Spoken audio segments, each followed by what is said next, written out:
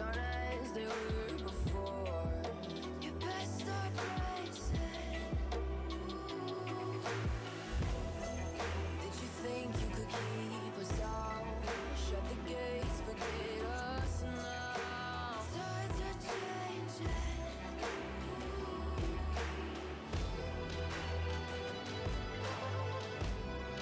Can you hear the sound?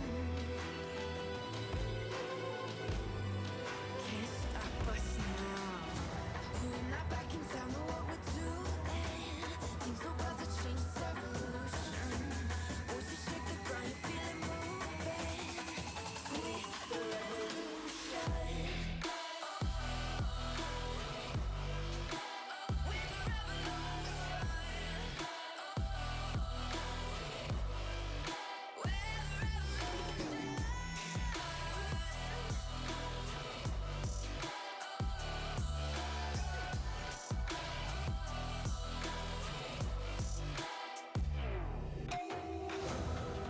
With the ground beneath your feet, with a whisper in the tree. Do you feel us watching? Hunger in our eyes, victories on our minds. It's our time to rise.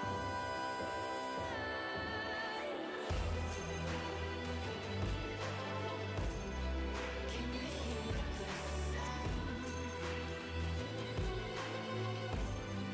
Can't stop us now.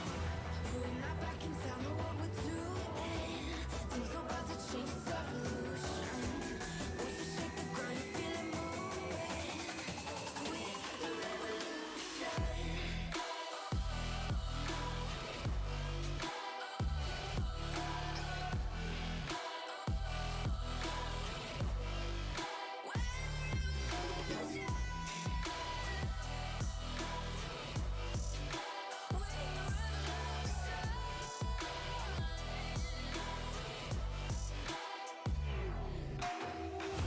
We're not back in town, know what we're doing.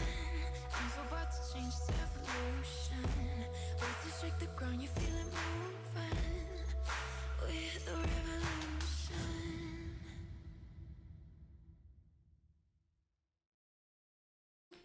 This Friday's Euro Millions jackpot will have you dancing like nobody's watching. Yeah, baby.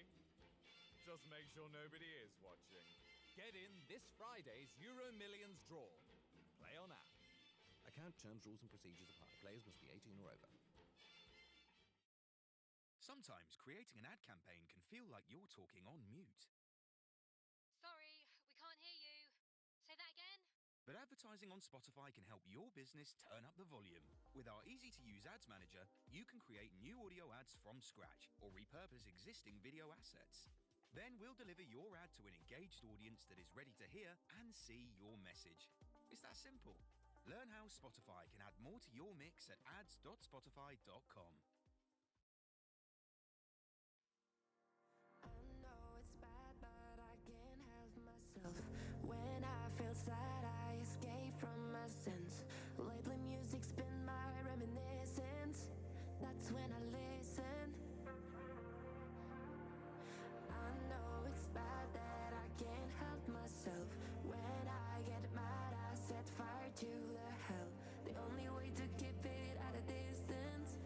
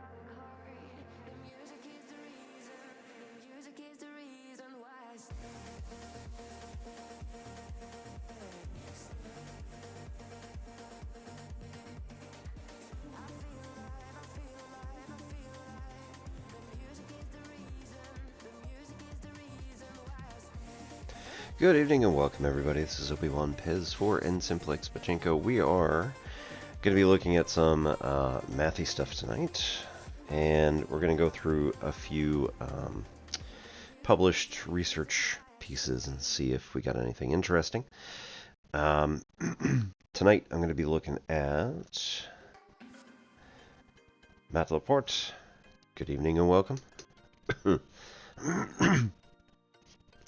We're going to be looking at the general mathematics section, history and other section of archive, which has some preprint articles on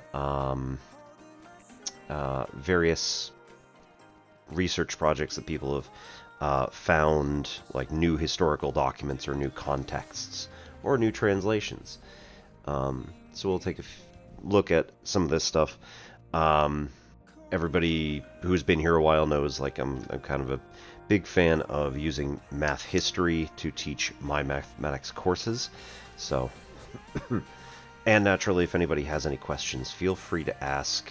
You know, if you are interested in any particular subject, we'll always answer some stuff. First, we did want to go back to Springer and see if we had any particular articles that we wanted to check out from last time. So this was the week of 14th November. We were looking up teachers' knowledge of adapting tasks for inclusive mathematics instruction. So this was trying to ensure that your mathematics instruction was as inclusive as possible, to include as many students, as many different types of students as possible, and also to be aware of any particular disabilities, cognitive differences, etc., which could impact or completely leave out any particular students that are in your classrooms. So do be careful out there. Make sure that you contact the Disability Support Services or your nearest equivalent to reach out and see what exactly the student needs, and then also reach out to the student to see what they actually need. If, as I said in the previous stream, I had a student who was entirely deaf and was not able to listen to my lecturing on Zoom. So naturally we had to include captions. And after a few weeks of trying to do captions myself and calling the office, and they said, oh yeah, we can do it for like $30 an hour.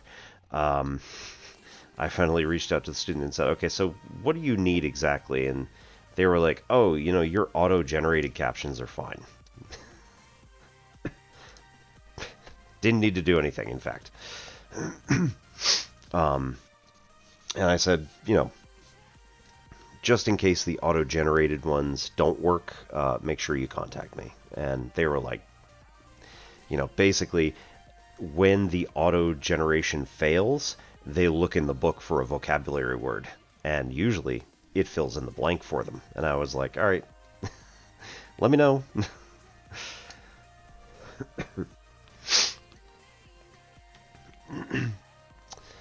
All right. Results presented here should be interpreted with caution and some theoretical methodological limitations in mind. We analyzed an exemplary task in the mathematical content area of number concept and worked qualitatively with a small regional sample. Our approach provides a valuable basis for future studies on other mathematical subject areas with which knowledge about the adaptation of tasks for inclusive mathematics instruction can be operationalized more comprehensively and researched in larger samples. As the findings to date have been descriptive, further quantitative studies would be useful to verify the results. In our study design, we were unable to collect data on the type and extent of use of the online offer by the teachers in Group B. And Group B was...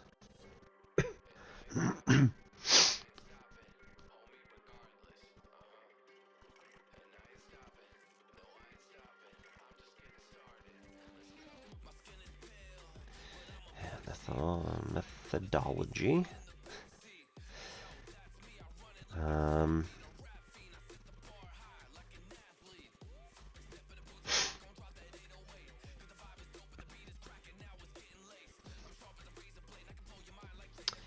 Okay. Unaccompanied online program, OA, and blended learning formats. This was teachers who were learning about inclusivity and how to make sure to be inclusive in their instruction. So Group B was the blended learning format, the teachers who were given both the online instruction and in-person instruction.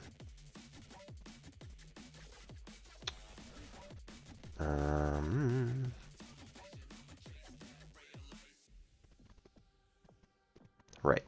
Unable to collect data on the type and extent of use of the online offer by the teachers in Group B.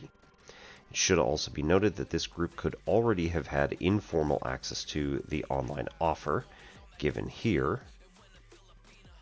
We took a look at this last time. Translate.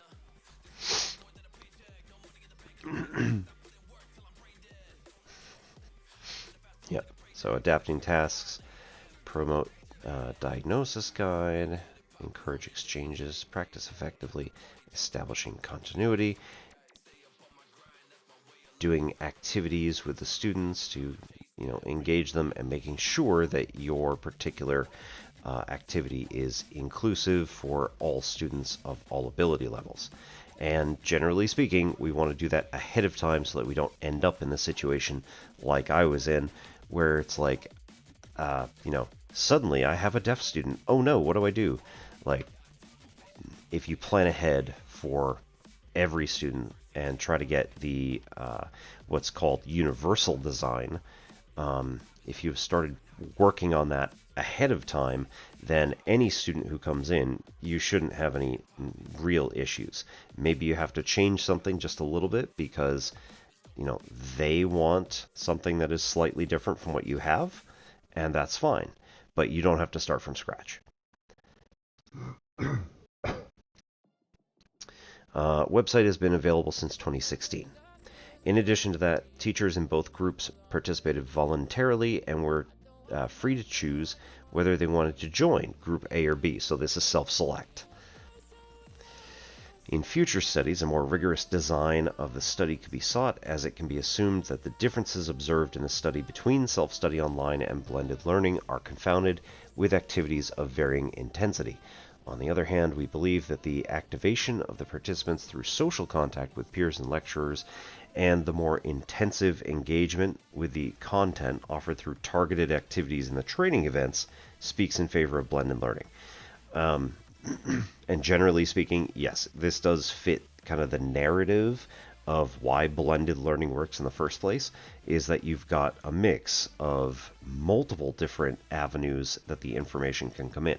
You have the information that's coming in just from the online stuff, which is what the just online people have, and then you also have the interpretation of that particular material by the instructors. So yes, maybe either group could in theory have access to the instructors of the professional development course. They could ask them questions, they could do whatever, but if I'm doing something online only and I'm just doing self-study, I tend not to want to bother them. Whereas if I have met them in person, I am much more interested in getting to know them and trying to exchange ideas and do all sorts of stuff. Maybe that's just me, but ethics declarations. Involved research with human participants, i.e. teachers. provided informed consent to participate in the study. All guidelines set forth in informed consent agreement have been followed.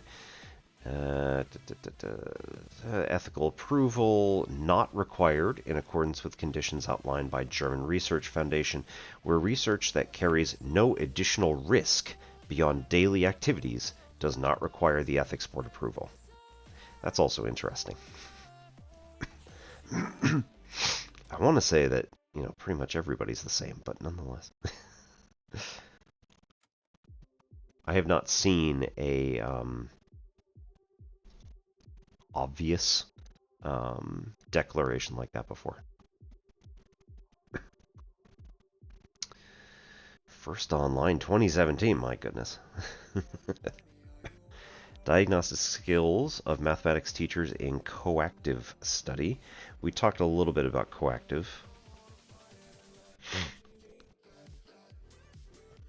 Now, this is a preview only anyway.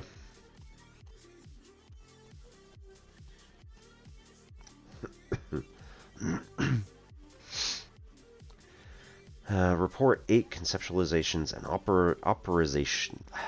operationalizations of diagnostic skills. Stop that. Diagnostic skills, and add in addition 3 constructs that seem to be close to diagnostic skills. Correlational analyses reveal only moderate and unsystematic relationships. However, our analyses showed the expected differences between school types. Chapter concludes with structural equation models in which the predictive validity of diagnostic skills for mathematical achievement of students is analyzed with both black box and mediation models. Okay.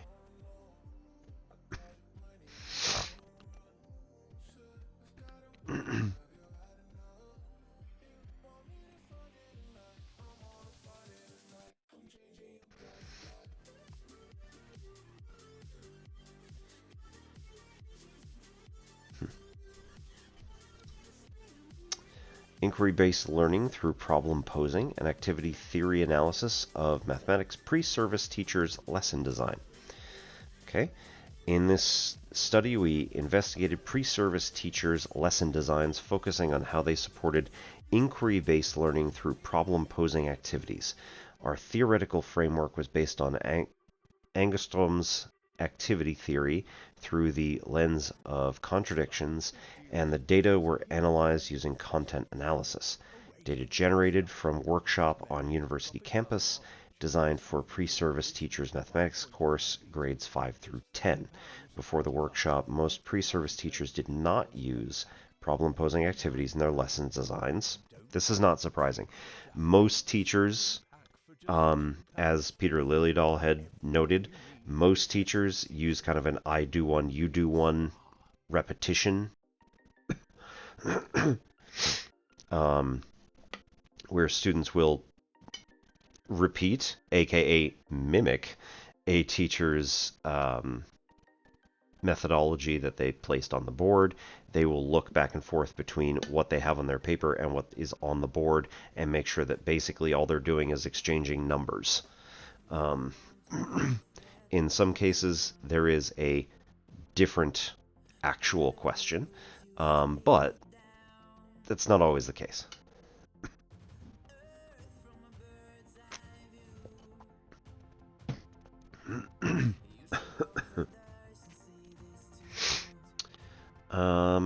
During the workshop, a significant transformation occurred.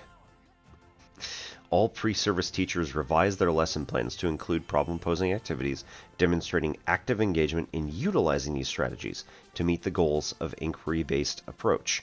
Our findings highlighted an initial promise of problem-posing to influence inquiry-based learning, teaching practices, and support future professional development of pre-service teachers.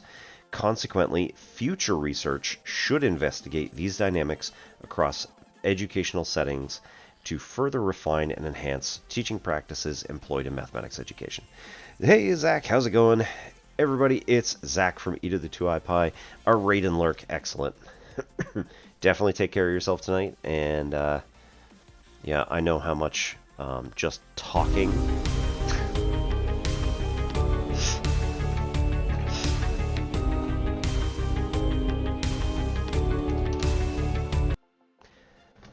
Honestly, Blurp, it took you long Hello enough. It's me. Oi.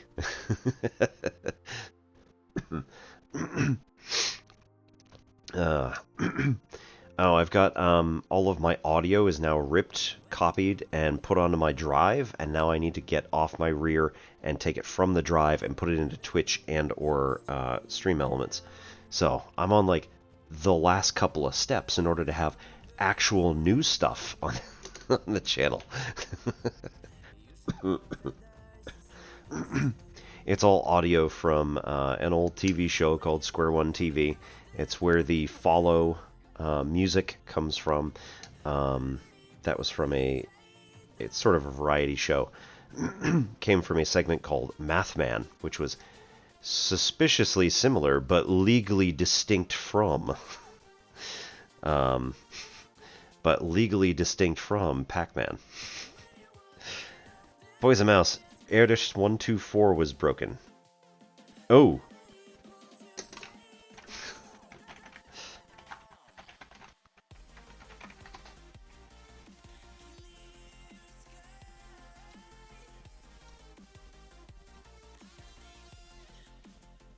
I see something on GitHub. AI. No, actually, in all seriousness, I have been working with Lean Prover, or at least I have been working to learn Lean, and then I've been following the Lean Prover news, so that is excellent.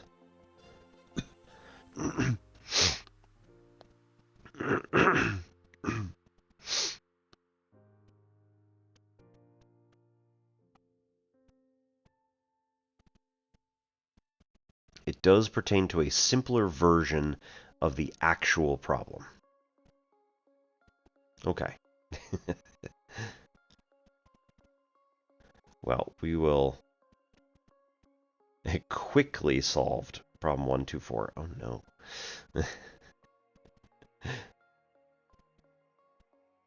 6 hours. Okay, well, that is definitely something that we're going to be pulling onto the stream here. I'm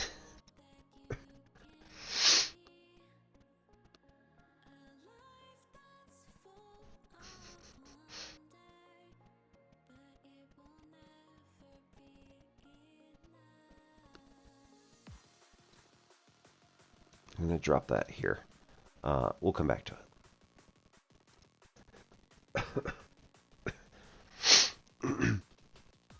Well, we will talk. Yeah, we're going to talk about that. Okay, so in this particular paper, the teachers were taken to a lesson design workshop in order to include inquiry-based learning. So for anybody who does not understand or know what inquiry-based learning is, right, I'm probably going to butcher it. It's fine. I had a colleague who she's British, so she called it inquiry-based learning, EBL, rather than inquiry-based IBL. It's the same thing. She was a anthropology professor at my community college, and she ended up like taking this thing on the road, and not like in a big way, just to a couple of conferences, and said like, here's the way in which I did EBL. So what she had done was, because she did anthropology, this was for the course that involved potentially going on an archaeological dig. So like, she started at the beginning of the semester telling them, by the end of the semester, we're basically going to be going on an archaeological dig, and you all are going to be doing assignments that like relate to the coursework and also are like preparing to do an actual archaeological dig. So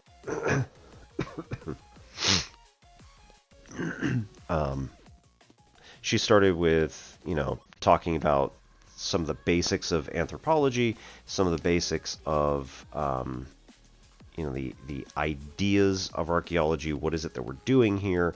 And then after talking about like the, potential legal and ethical issues of digging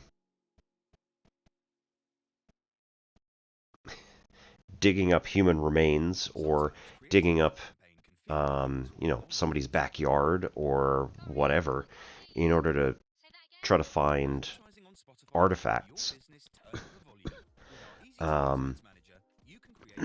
She would have them like contact local officials for whatever area they were going into and say like, okay, what is it that we need in order to do this? Make a huge list, go through all of the stuff that they had covered in class, and then also get a list from those local people to say like, okay, what local laws are going to be different than our area in Maryland. This happened, or they happened to go to two major locations. One was just like literally somebody's backyard in Maryland. It was a large estate that had been around since like, Jamestown days, basically. Maybe the house was updated or torn down and rebuilt, but like the original floor plan was more or less respected. And so like out their back door, they had found some interesting stuff, and they were like, what is here? And it turns out that like a lot of places around there in the 1600s, like, where does your trash go? It just goes out the back door, because there was no dump. There was no trash heap for the entire city or whatever. It was just, you had your own little private trash field, essentially. So they found a bunch of broken china. They found a bunch of like pottery and other cool stuff. Forks and knives and things like that like were no longer of use to them. They just toss it out in the backyard, basically.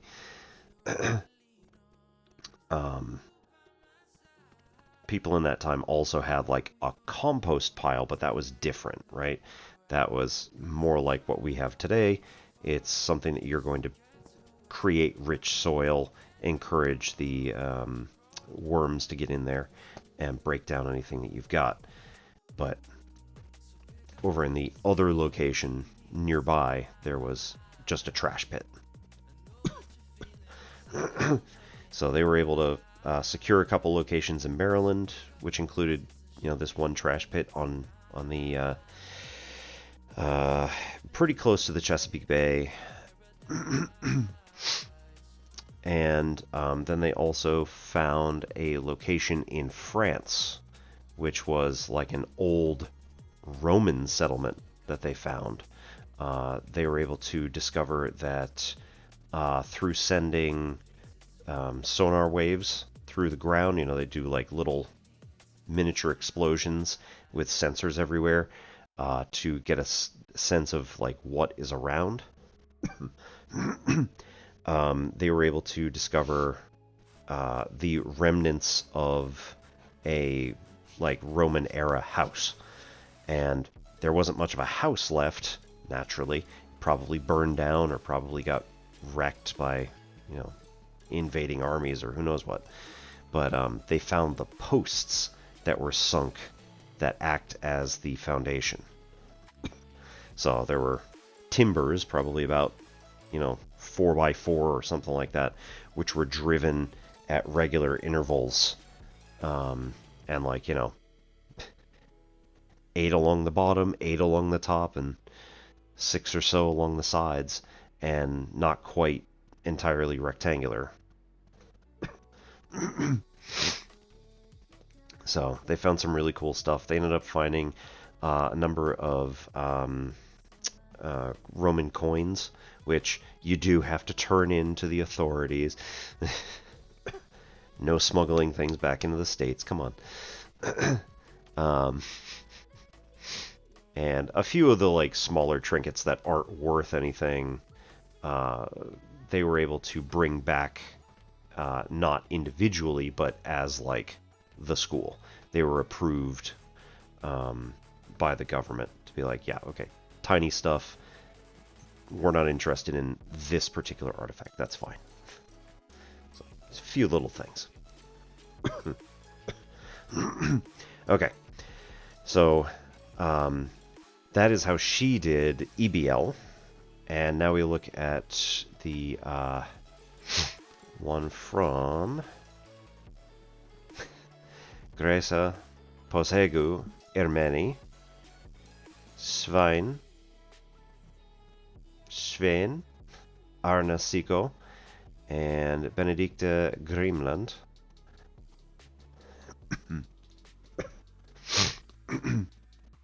Right? Inquiry-based learning, IBL, is a student-centered method of teaching and learning that engages students in exploring mathematical problems, proposing and testing attributes, developing solutions, and explaining their ideas. Engel et al. 2013. IBL in mathematics education has the potential to promote persistence, independence, creative use of mathematical knowledge. If anybody wants to take a look at it.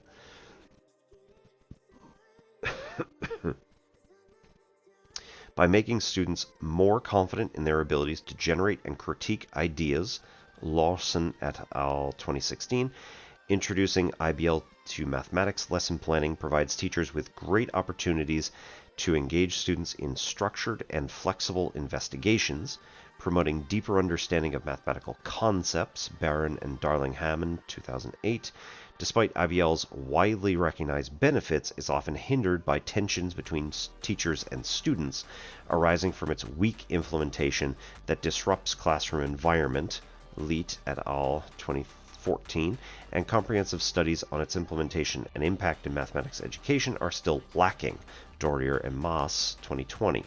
For example, teachers in implementing IBL may feel a loss of control, discomfort with changing teaching methods, and concern about covering exam content, which can affect students' work, leading to incomplete assignments.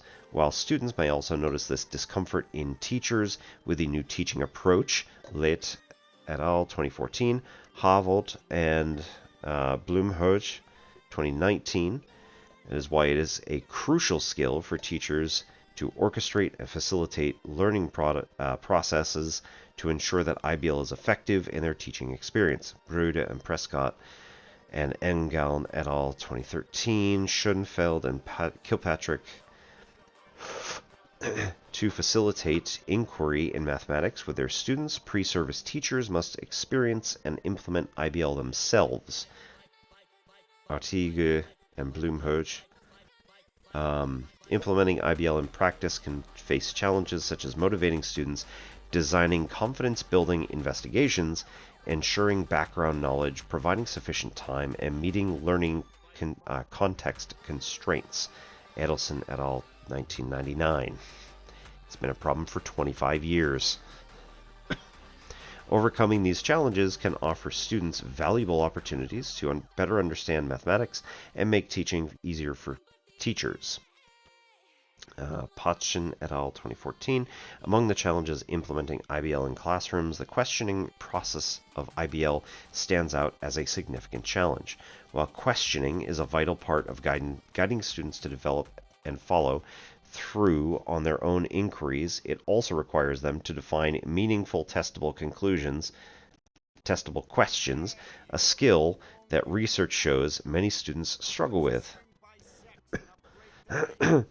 This raises an important question. How can teachers and students work together to overcome these challenges and navigate these tensions that arise during the inquiry process? To bridge the gap between the recognized benefits of IBL and the practical difficulties of implementing it, one promising strategy is that the integration of problem posing within IBL lesson design. Problem posing refers to an activity in which teachers or students create new problems to investigate a particular situation, as well as reformulating known mathematics problems. Research has also pointed out that there is a lack of studies that analyze the content and features of teaching through problem posing, and there is an interest in integrating problem posing into classrooms. Kai and Huang, 2021, Lee et al., 2020.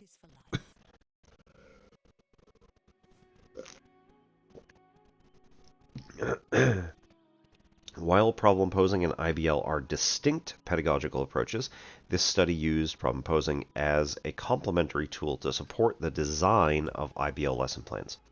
Specifically, problem posing was employed to help pre-service teachers generate and structure inquiry-oriented activities, thereby deepening their engagement during the principles of... They vanished.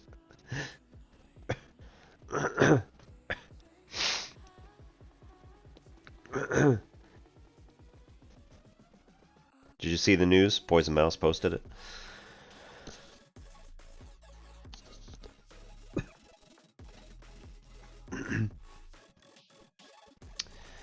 Specifically, problem posing was employed to help pre-service teachers. Developing a better understanding of this integration is essential for informing teacher education and supporting mathematics educators in adopting inquiry-oriented practices. To investigate this integration, study addresses the following research question. How does problem posing influence pre-service teachers' lesson design within the context of inquiry-based learning? Implementation of problem posing. IBL is a learner-centered teaching strategy in which students work towards understanding concepts by investigating ideas, asking questions, making connections, and discussing their conclusions in a collaborative setting. Lauritz and et al. Suggest that IBL is an approach well suited to mathematics departments seeking to strengthen their pre-service teacher preparation offerings in ways consistent with research-based recommendations. This is in accordance with the fact that it is difficult to implement IBL when teachers lack adequate and sufficient professional development of inquiry-based pedagogies. Also in the Norwegian context, Sikko, 2012, found that Norwegian teachers are generally positive to the implementation of IBL, but there are hindrances in the form of lack of time and support. It is therefore important to gain a deeper understanding of how to work with pre-service teachers to encourage implementation of IBL in their practicum. Artiga and Blumhoge refer to the working definition of IBL in the Primus project, where 5 aspects are identified: valued outcomes, teacher guidance, classroom culture, types of questions, and what students do.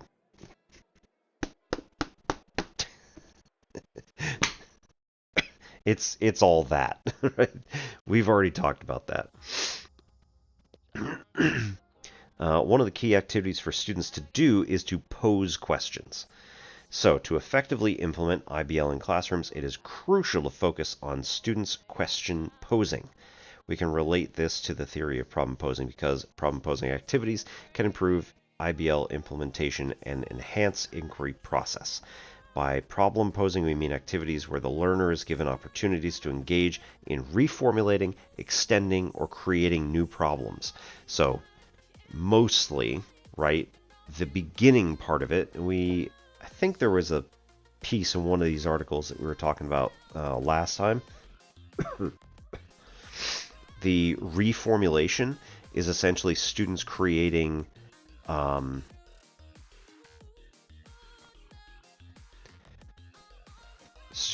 series of questions that lead up to the actual full question. So what is it that they need to figure out first, and then what, and then what, and then what? And if you can sequence the knowledge that you need, you have the roadmap. And then each individual thing you can ask, do I know how to find that? Extending, i.e. creating new problems, is the extensions that we were talking about in chapter 9. I know that one by heart, in Peter Liljedahl's book. Research from the following people suggests that for teachers, to be able to implement problem posing in their practice, it's necessary for pre-service teachers to obtain knowledge about problem posing and how to implement it before they start their professional lives as school teachers. This points to the importance of problem posing activities in teacher education. On the other hand, it is claimed that the field of mathematics education still does not have sufficient instructional strategies for incorporating problem posing in teachers' lesson plans. There is a need to accumulate teaching cases about problem posing, as teachers can learn from such cases. Zhang and Kai, 2021.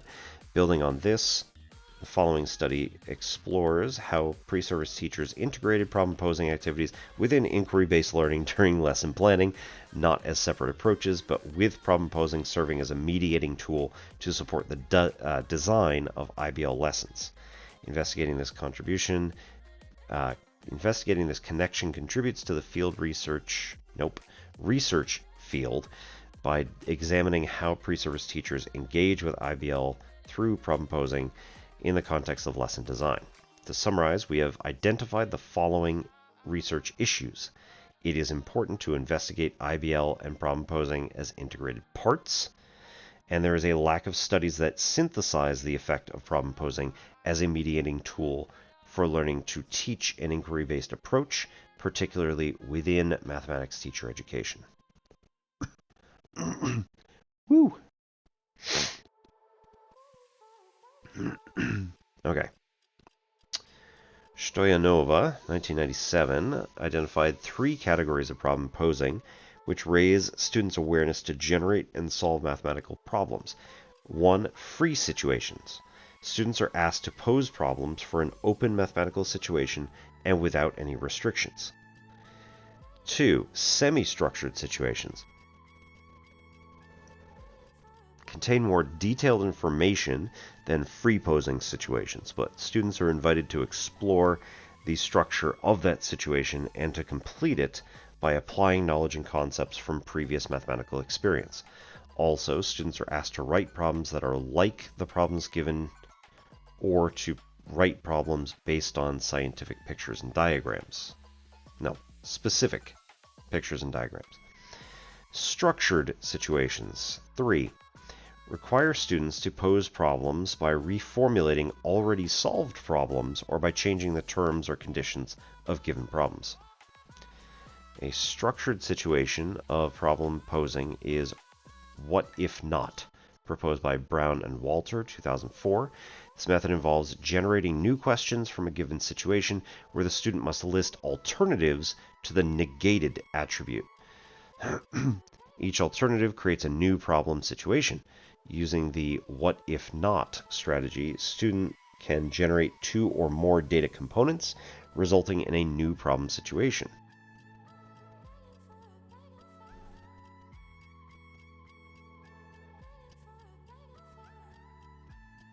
Really hope that's just bubbles. Yes, okay. This is coffee.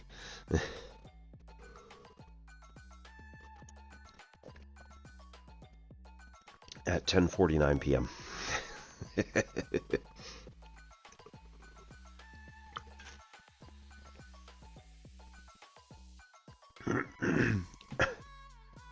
It is quite good because I don't buy the like horribly cheap stuff.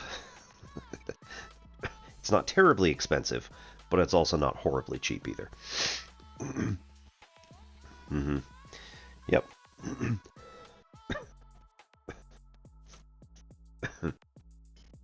Yeah.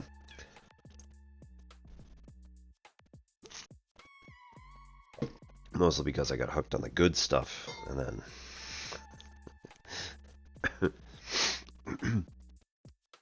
this one is hashtag not sponsored.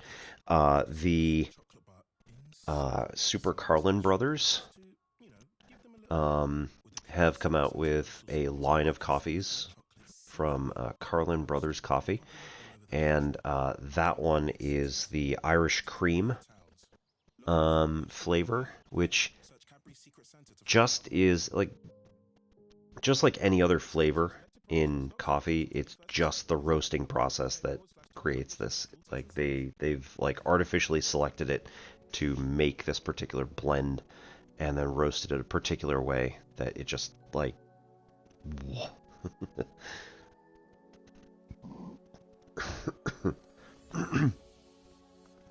So the Irish cream smells a bit like Kahlua, and has that like rich caramelly sort of smell to it. It's pretty amazing.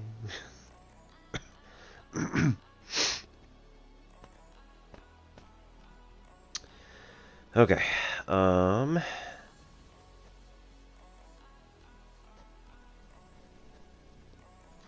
Right.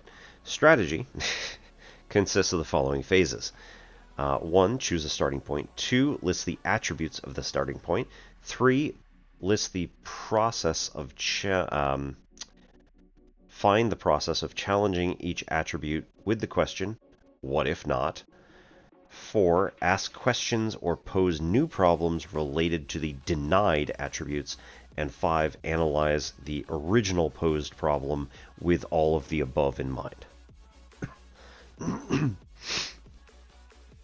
Our study utilizes these categories of problem posing to analyze and categorize problem posing activities in pre-service teachers' inquiry-based learning lesson design by applying Stoyanov's 1997 framework of free, semi-structured, and structured situations, along with the what if not strategy by Brown and Walter.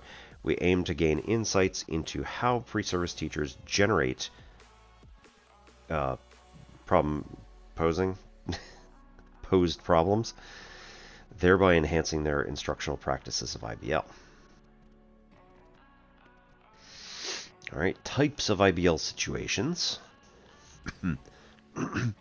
There are different models of IBL that range from structured support to complete student independence. Tafoya et al. 1980 classified inquiry lessons into 3 types. That's older than everybody here.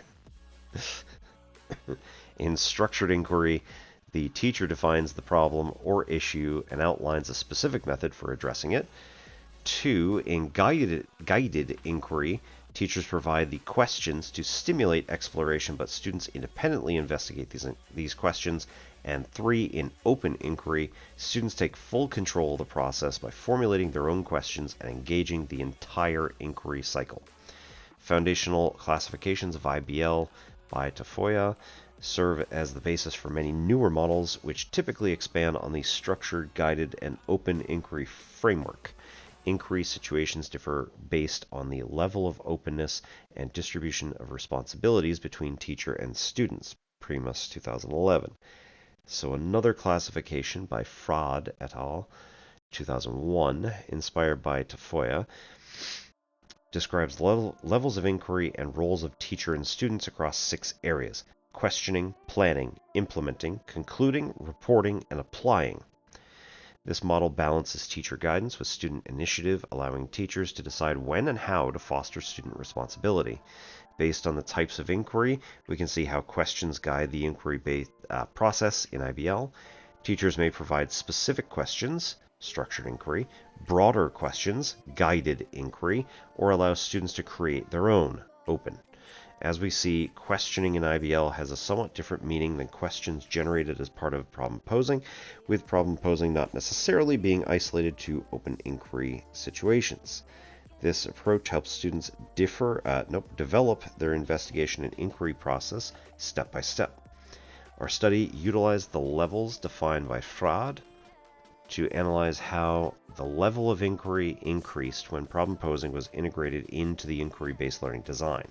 We also used Tafoya to classify types of IBL lesson designs, aimed to determine the extent to which problem posing influences the enhancement of inquiry levels in the inquiry-based learning lesson design. Goodness.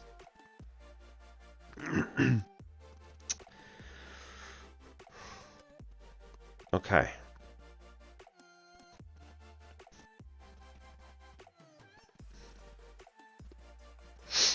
We've seen some of this, although maybe it's just I've seen it a long time ago.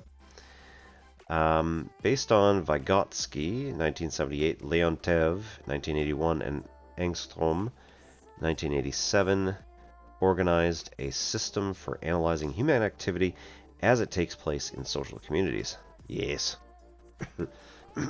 I was saying one of my colleagues did EBL, because she's British, and in her inquiry-based learning anthropology class, she had the students go through the whole process of investigating, researching, and then performing a dig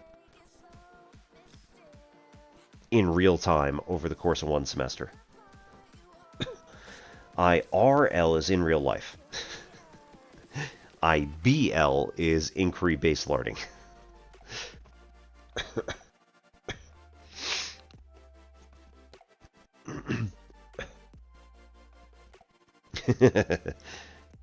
Is this real life?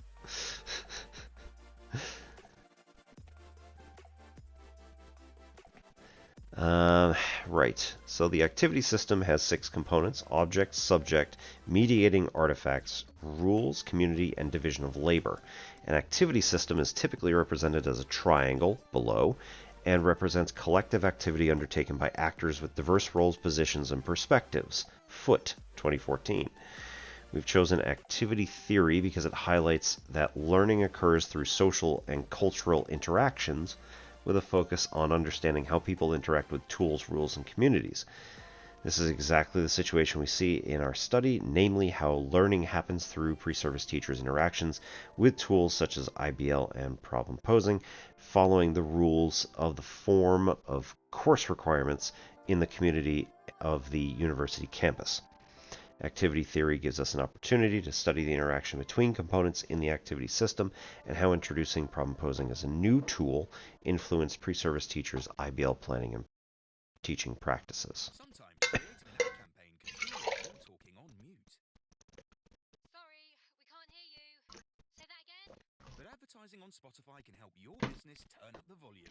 With our easy-to-use ads manager, you can create new audio ads from scratch or repurpose existing video assets. You don't want to prolong whatever infection you have. I mean, fair. At the same time, still might be good to at least sort of get out. As long as you don't, spend too much time.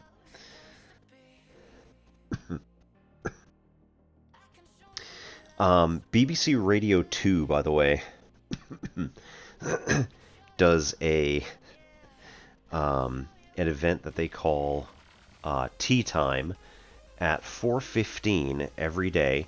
They call a person who has submitted their details to the radio system, and the afternoon show run by this lady named Sarah Cox, she calls them, and in order to prove that you are totally T-voted to Radio 2, you have to do the thing that has been agreed on Monday night.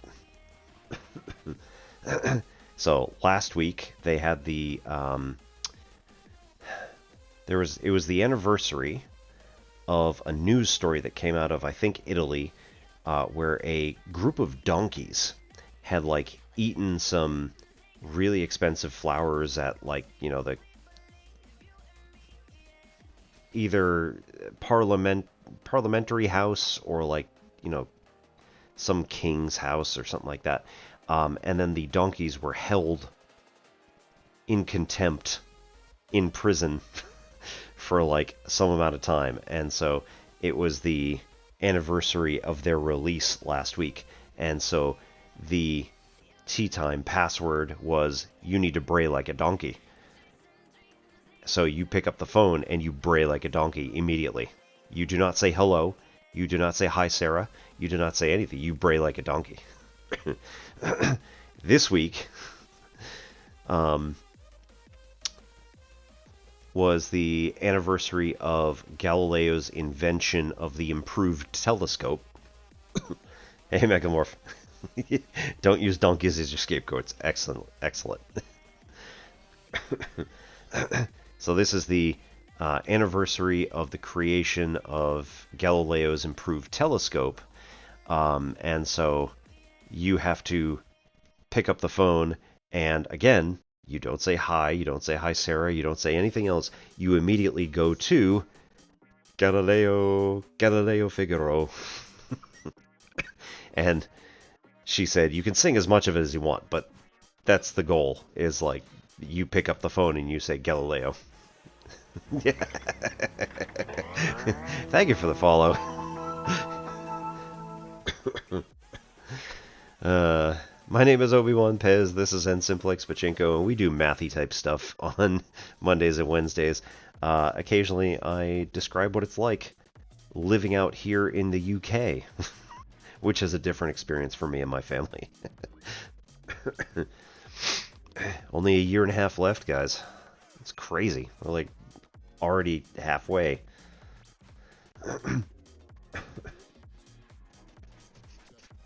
Oh yeah, Zach, I I also didn't tell you, or you may not have still been here, whatever.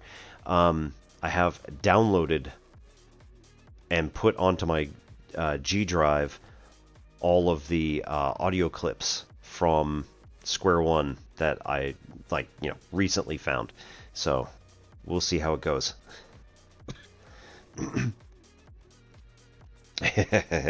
The Yorkshire puddings are always a treat, yes. And they are neither pudding nor, well, I guess they are Yorkshire, but they're not very much pudding, either American or British. Pudding over here, just generally speaking, means dessert, and pudding back home means the mushy, gelatinous-ish sort of stuff. Yorkshire pudding is basically savory fried dough. And it's been put into like a circle, generally so you can like throw stuff inside of it or break it up and like mix it with your food. Adds a nice little crunch to stuff. And then it's, fried goodness. But yeah, generally speaking, we're pro Yorkshire pudding.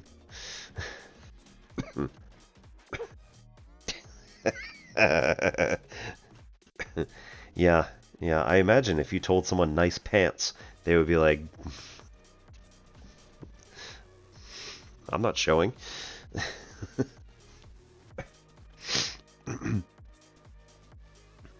Nice trousers.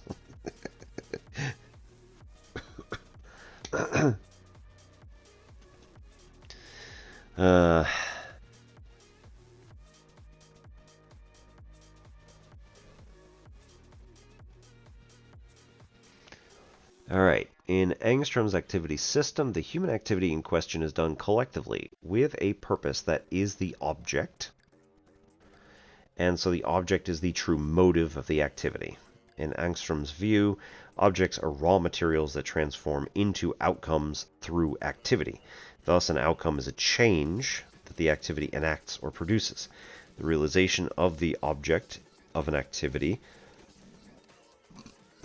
happens through actions with conscious goals, where the actions and goals are collaborative effort in achieving the object. The subject refers to the participants who share the object. Mediating artifacts up top. Yeah, well, okay. Tools. Mediating artifacts are the tools that participants use to achieve the object. Rules of a particular activity are the norms and conventions that guide the actions and interactions. Community is the collection of all subjects sharing the same object. Division of labor is related to organization of actions in a system. Analytical framework allows us to map the activity system's relation between subject and object by the means of the tools that are used, analyzed by communities in which the subject is involved, and by looking at rules and division of labor. For the convenience of the reader, we give a summary of Angstrom's description of the 6 components with examples from our study.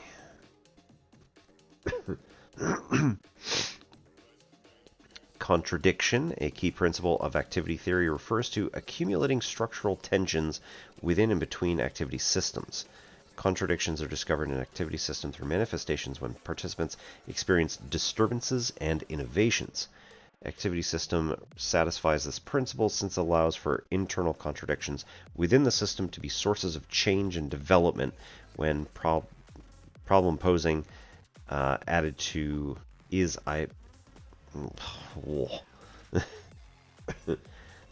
when problem posing is added to inquiry-based learning lesson plans. Understanding the contradictions is crucial for analyzing data, as resolving them can lead to expansive transformations. We've talked about this with Liljedahl stuff too, as well. Like you need to disrupt the norms in the classroom, and that includes disrupting the norms in the patterns of students' thinking in order to get them to expand, get them to grow, get them to do something different, and therefore start building out the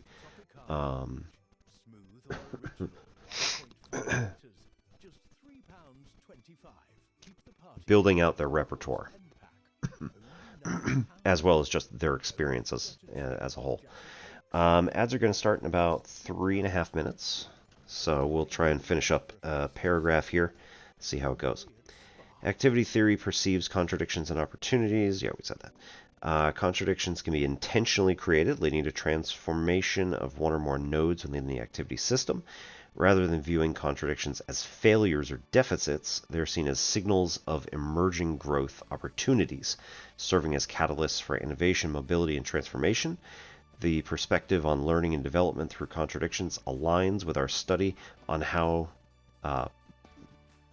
problem posing can influence pre-service teachers' lesson design within an inquiry-based learning approach. It serves as a starting point for learning and developing innovative IBL instructional methods. Angstrom identified 4 levels of contradictions in a network of interacting activity systems. Primary contradictions occur in a single node of an activity system when subjects encounter contradictory values at that node. For example, within object, there could be a contradiction between traditional teacher-centered teaching methods and IBL, which is very student-centered. Again, same as Liljedahl. Pre-service teachers might find it challenging to effectively integrate problem posing into IBL lesson plans due to misunderstandings of student-centered approach, leading to tensions in the teaching process. Yes, very much so. That was my experience. Secondary contradictions occur between different nodes of the activity system when a new element is added to, needs to be integrated to an existing activity. This often leads to adjustments and negotiations to align the components more effectively. Pre-service teachers might use one of the problem-posing categories or tools in their IBL lesson design, rules, which can then alter the original IBL approach and therefore the entire lesson plan. Yes. Tertiary contradictions occur between nodes when participants encounter the disturbance in situations as they adopt what is perceived to be a more advanced method for achieving the object. This requires the activity system to evolve and adopt new, more effective practices, which can create, for example, a contradiction between existing teaching methods and new pedagogical approaches. So IBL versus IBL with problem posing. The implementation of problem posing within IBL may require teachers to rearrange lessons, and teachers may change their mathematics teaching methods. Quaternary contradictions may occur between activity systems when an activity, because of a change, becomes contradictory to another neighboring activity. For example, this type of contradiction can arise when goals and methods of using problem posing in IBL conflict with existing goals, leading participants to experience disturbances in the situation. Pre-service teachers or teachers at all can refuse to adopt new teaching methods because they do not fit into their existing teaching style, or implementation might be challenging. I've definitely heard that, especially from the ones who are within several years of retirement have often said at conferences, there is no way in hell that I'm doing this because I'm retiring in 10 years. To me, that was a little embarrassing, just to hear it. Okay, we'll come back and work on methodology. We're going to do ad break here. 3 minutes. Be right back. Thank you, everybody, for coming. And, yeah, like I said, be right back.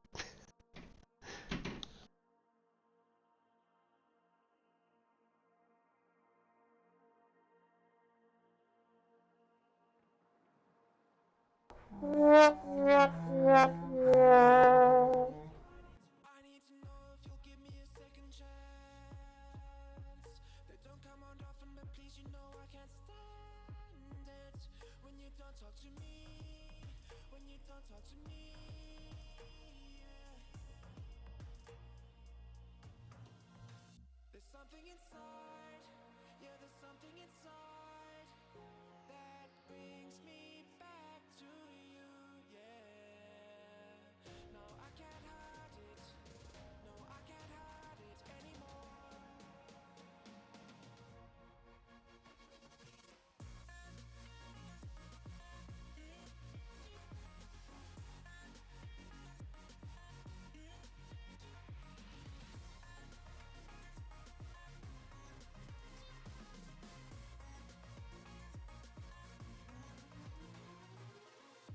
I don't know why, but I can't seem to get you off my mind.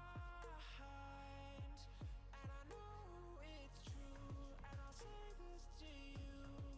I want you back. There's something inside, yeah, there's something inside that brings me back to you, yeah. No, I can't hide it. No, I can't hide it anymore.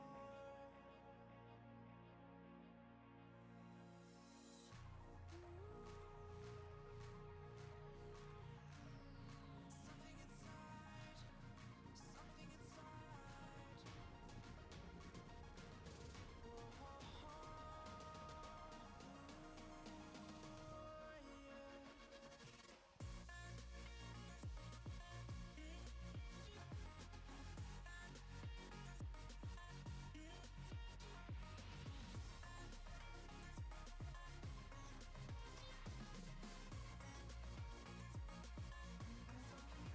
There's something inside, yeah, there's something inside that brings me back to you, yeah. No, I can't hide it. No, I can't hide it anymore.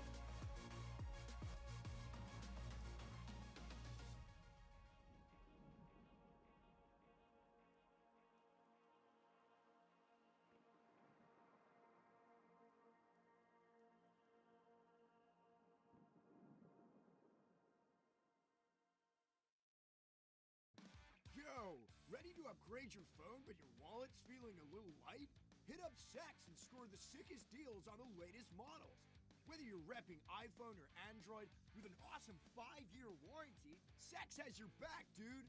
So don't wait. Swing by a Sex store and upgrade your phone for less today. Sex. Stores nationwide. Online at webuy.com or just search CEX. Game on!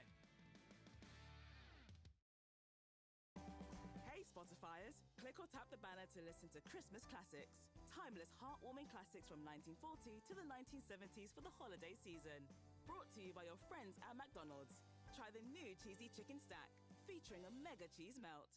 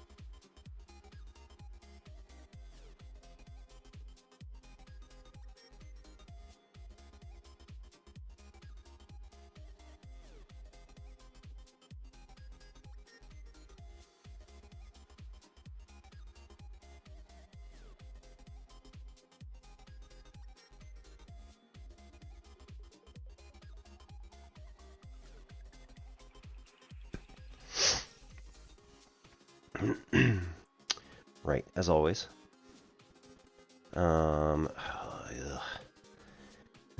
Yeah.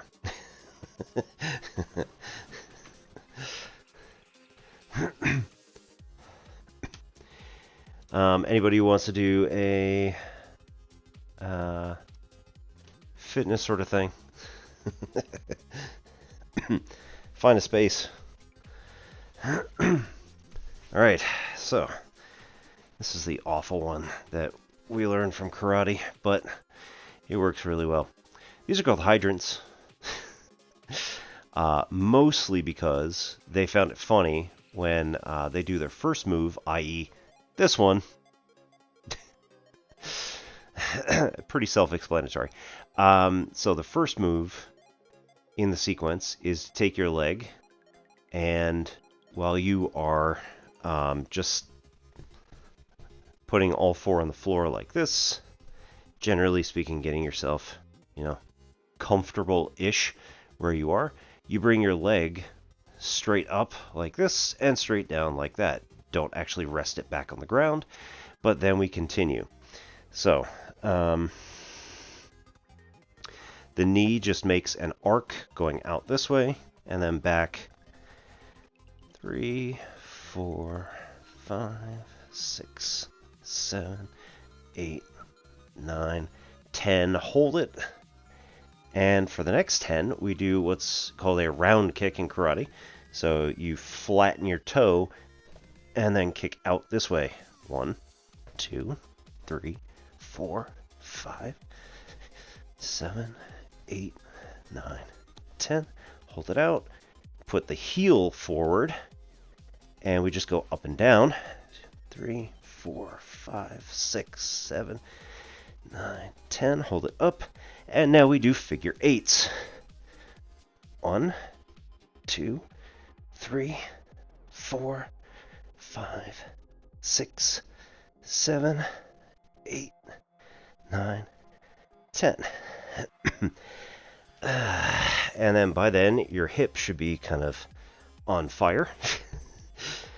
And then we go to the other side. 1, 2, 3, 4, 5, 6, 7, 9, 10. Kicks. 1, 3, 4, 5, 6, 8, 9, 10. Up and down. 1, 2, 3, 4, 5, 6, 7, 9, 10. And figure eight. 1, 2, 3, 4, 5, 6, 7, 8, 9, 10. And again, bring it back in. And it's pretty much get some nice lactic acid buildup, like right in the glutes, right where the ball and socket joints meet. It gets really tiring.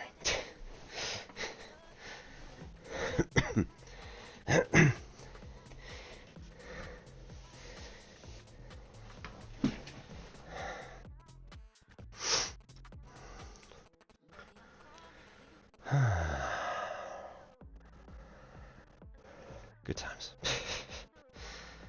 Okay.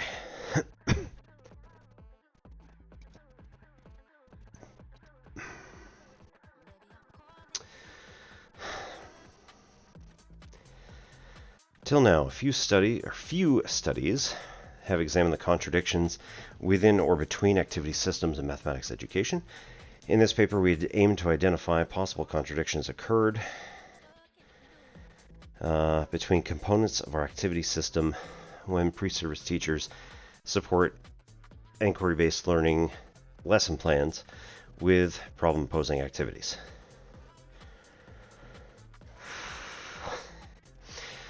From the contradictions that occurred, we'll explain how problem posing can influence IBL lesson plans as future opportunities for learning and development in mathematics education. So, examining contradictions will serve as theoretical lens for the study. How we recognized contradictions will be clarified in methodology. All right.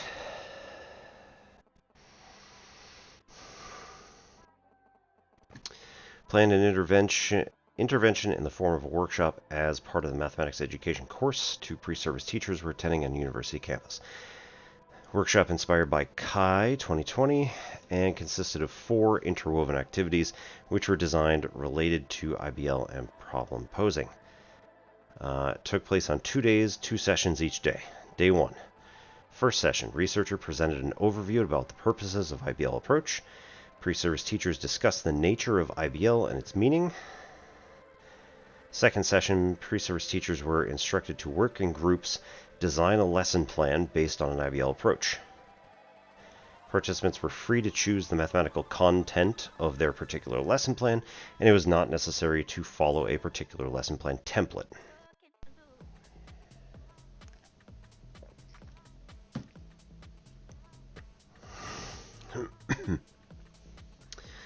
Day 2, first session involved introduction of mathematical problem posing, meaning and significance for fostering students' learning and understanding.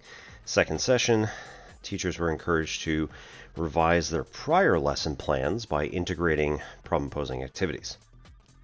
At the end of this session, pre-service teachers shared their discussions about integrating problem posing components into their lesson plans with the other participants of the workshop and wrote a reflective diary as group work. Almost looked like dairy.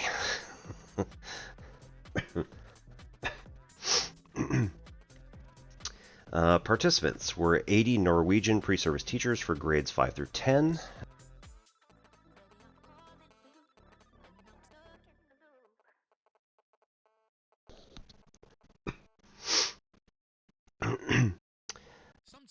Students attend minimum of 4 mathematics courses, each comprising of 15 credits during their first 2 years of study.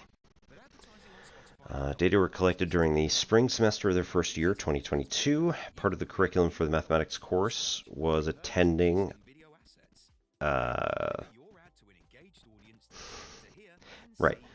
Part of the curriculum was IBL.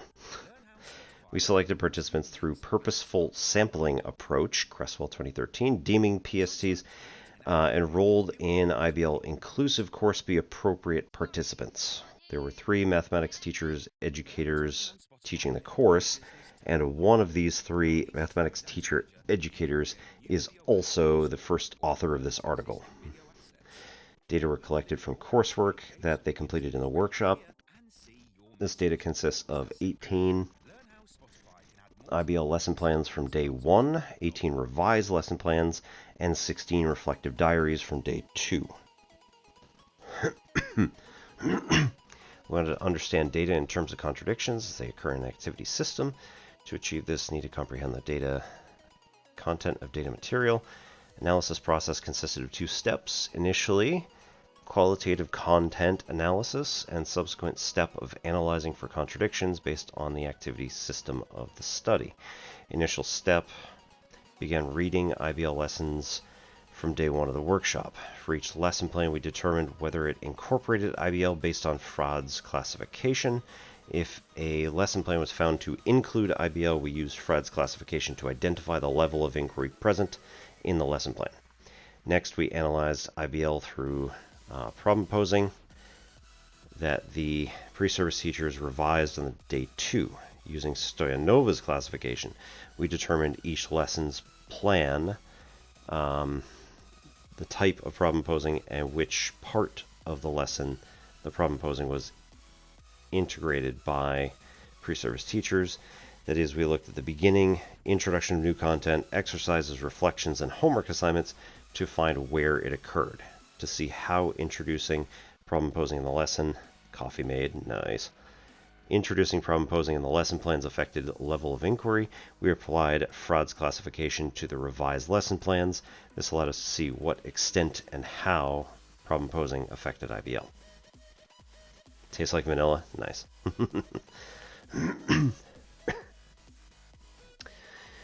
Subsequent analysis for contradictions. By comparing the findings from both IBL and IBL-PP lesson plans, we identified disturbances or innovations as tensions in the approach, unexpected changes, or new elements introduced by teachers during lesson design.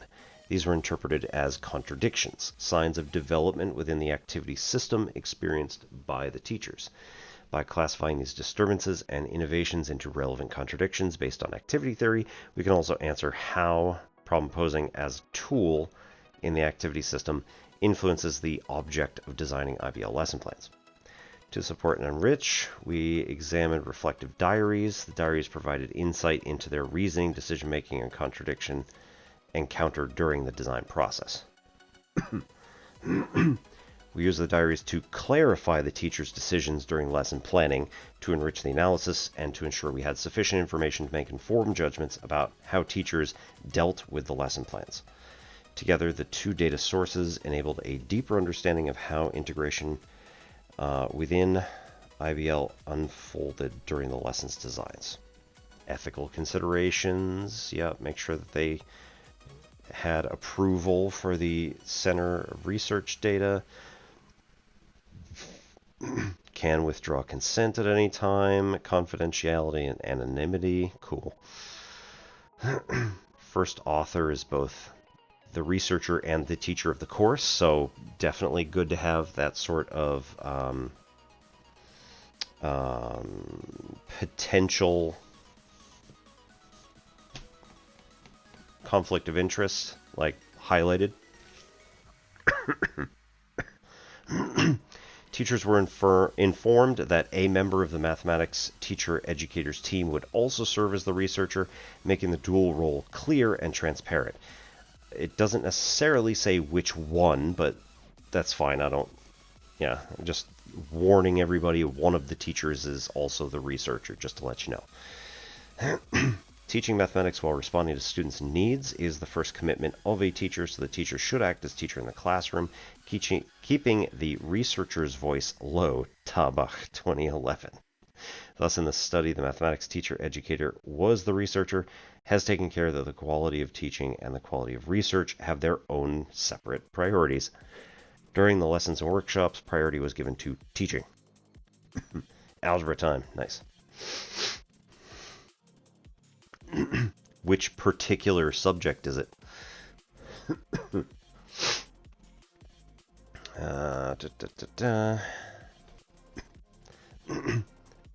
Programming, chapter 1 of intermediate algebra. Yeah, so it's probably like linear functions and stuff.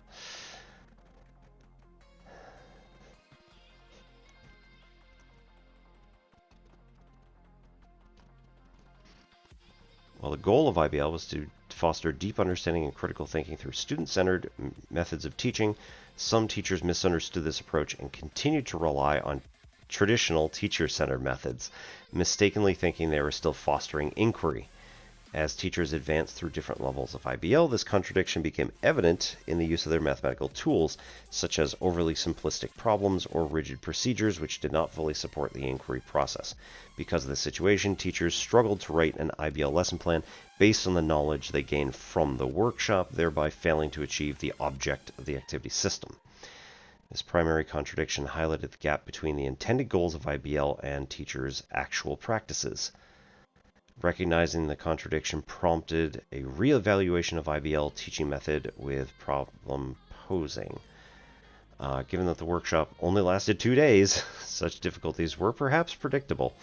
Short duration and novelty of the approach likely limited teachers' abilities to internalize and apply IBL principles effectively. Figure 2, translations of the original text appear below in italics, illustrates an example of this one misunderstanding. Right, so grid with numbers 1 to 100, markers different colors. We're trying to find all the prime numbers.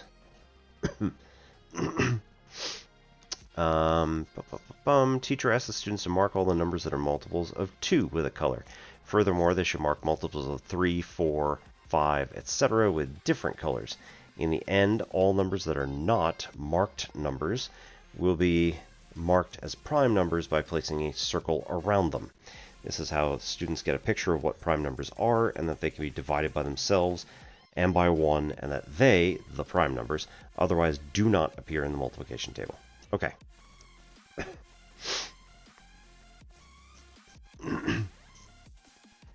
So, original lesson plan, IBL misunderstanding when classroom is still teacher-centered rather than student-centered. This lesson cannot be considered IBL because there is no level of inquiry. The teachers designed a lesson with detailed step-by-step instructions. Additionally, teachers asked questions without fostering inquiry. In the reflective diary, teachers stated that they were concerned with students' lack of knowledge of the multiplication table. One factor that we thought was that students may have problems with the multiplication table. This leads us to the first contradiction because teachers misunderstood teachers' and students' role in IBL approach and how to design an IBL lesson on students' prior knowledge. Four more IBL lesson plans displayed this type of step-by-step instructions to follow. This indicates that teachers might struggle to start a lesson with inquiry-driven questions, particularly when they have misunderstandings about IBL. As a result, opposite and absolute value. Nice.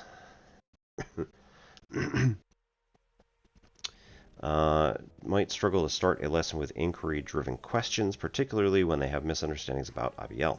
As a result, teachers may default to asking closed, content-specific questions, leading to a loss of authentic inquiry.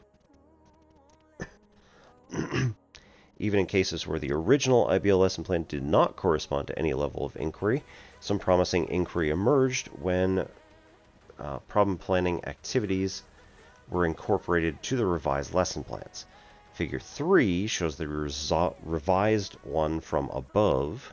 Teachers attempted to redirect students to inquiry by incorporating a task that involved problem posing.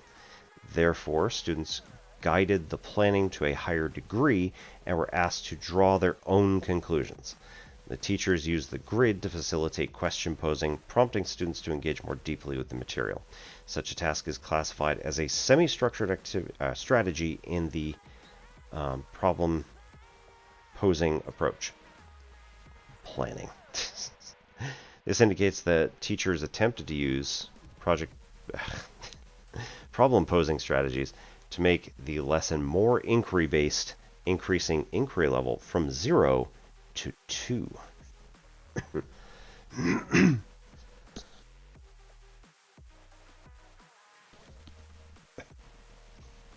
Okay. Activity. Numbers are marked in red. Mark all multiples of 2 inside the blue square. Then mark step-by-step multiples of 3, 4, 5, 6, 7, 8, 9, 10, etc. Put a green circle around all numbers not marked. Task. Make division tasks that have the numbers in the green circles as answers. Make multiplication tasks that get the numbers in the green circles as answers. B. What is the connection between the multiplication tasks from exercise A?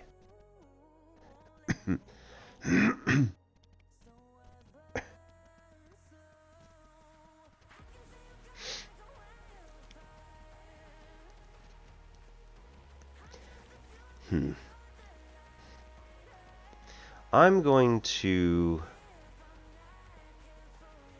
Yeah, that's okay. I would probably do what Sunil Singh does in Chasing Rabbits. I would probably leave it just as this, like, first row.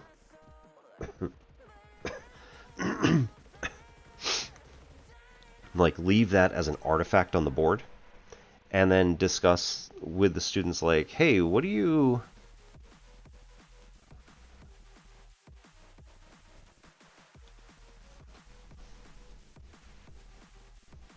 it mean to be a multiple? Right, so in order to say what it is to be a multiple, you'd want to discuss, have the students discuss, like, multiplication and of particular numbers, what you're going to get for multiples of 2, and then what are you going to get for, okay, multiples of 7, because that's harder.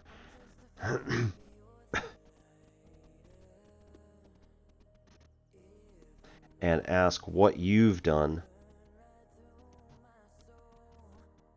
in the first row based on that conversation. Like, oh, well, we've redded out, right? We've colored in all the squares that have multiples of the numbers in the green circles. Great, okay. So what I'd like you to do then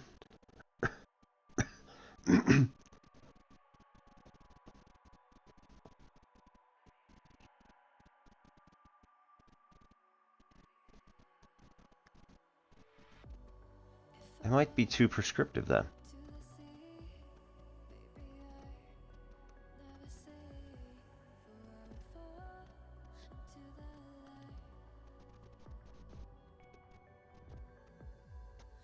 Maybe like, I'd like you to continue the pattern that you see here.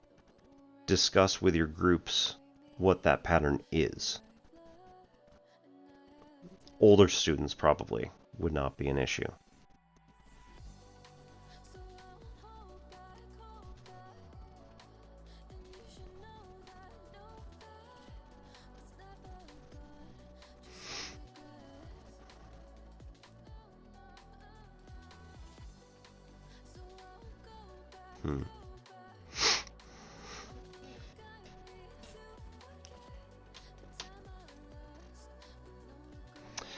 Study identified secondary contradictions that arose from posing problems in revised lesson plans, particularly due to instructions of new strategies and methods of problem posing into the activity system. First secondary contradiction emerged between tool component strategies and the object component goal of fostering IBL through problem posing. During the second day of the workshop, the introduction of problem posing led to an increase in the level of inquiry of revised lesson plans. Contradiction was evident through innovations based on the table of levels adapted from FRAD. Specifically, 14 out of 18 revised lesson plans increased the level of inquiry from lower to higher. For instance, original lesson plan was considered at level 3 of inquiry because teachers introduced the instructions of the lesson and subsequently let students engage with the inquiry themselves.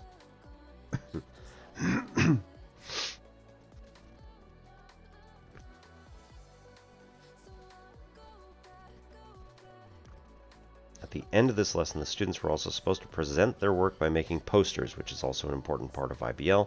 Then the revised lesson plan, the level of inquiry was increased to level 4. This enhancement occurred through the incorporation of what if not strategy, which is considered a structured approach to problem posing. The reflective diary of this group also highlighted this change, noting the improved alignment of their lesson plans with the intended goals of IBL and resulting increase in student engagement and inquiry. We're focused on bringing statistics to real life by using real data from the students themselves. We made them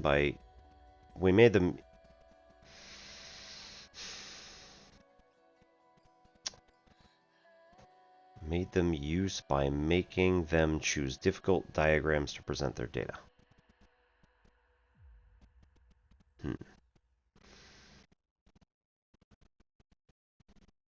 Sometimes creating an ad campaign can feel like you're talking on mute.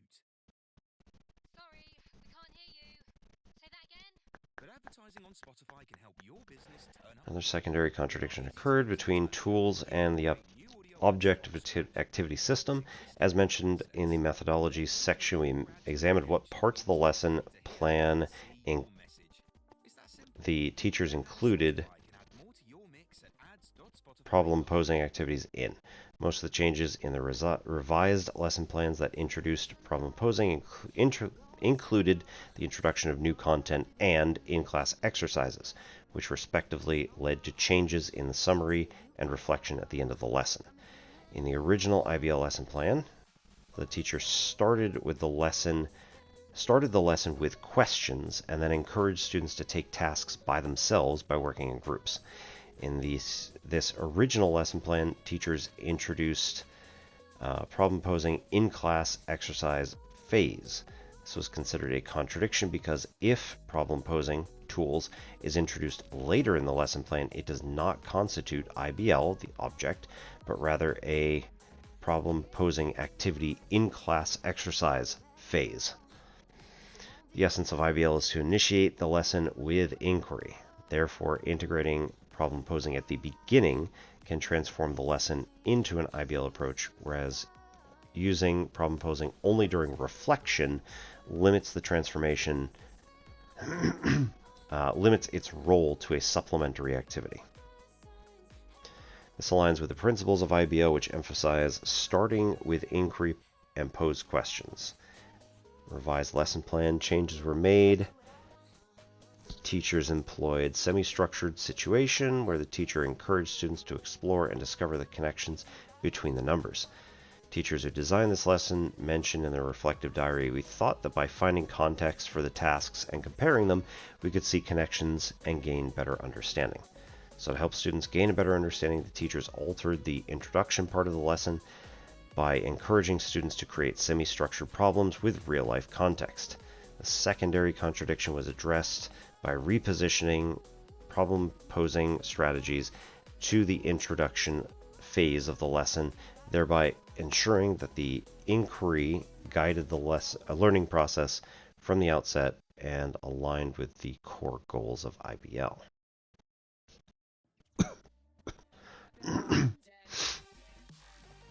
Okay, we got the what if not strategy. Students exploring a bathroom floor, tessellation, tiling, all that good stuff.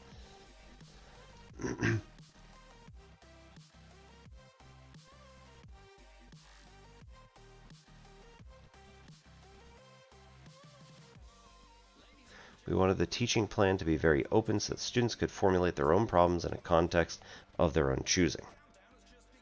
Works nicely. Explore the concept of equal fractions through working with paper strips. Students are given an area 1 by 1 which symbolizes a bathroom floor. Paper strips of different sizes symbolize the tiles to be laid out on that floor. The paper strips are fractions.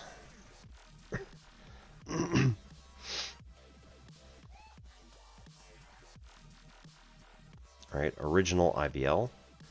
Revised lesson plan. Ask the students what they see, list attributes. It's a square. It has 4 equal smaller side squares inside of it. The 4 equal squares make the whole. What if not? When we will encourage the students to think about the square in a context. To get the students to think in the direction of fractions, we ask how big of a part of the square is each of the smaller squares, 1/4. What if not? One smaller square is 1/4. Pose some problems. Discover that some area can be divided into endless different parts. We now have equal fractions if we keep dividing. What if not squares? Example, triangles, etc. The only demand is that the parts are equal to each other. Tertiary contradictions. Use of IBL through problem posing represented more advanced form of central activity. Incorporating problem posing into teachers' IBL lesson design aimed to influence and enhance inquiry object contradicted the original IBL lesson plan's rules, which were typically brief in their inquiry approach. However, our results showed that 2 IBL lesson designs self-initiated the use of problem posing without fully understanding its principles. Tertiary contradiction arose because if teachers decide to integrate problem posing without full understanding of principles, thus it potentially led to inconsistencies with the IBL framework.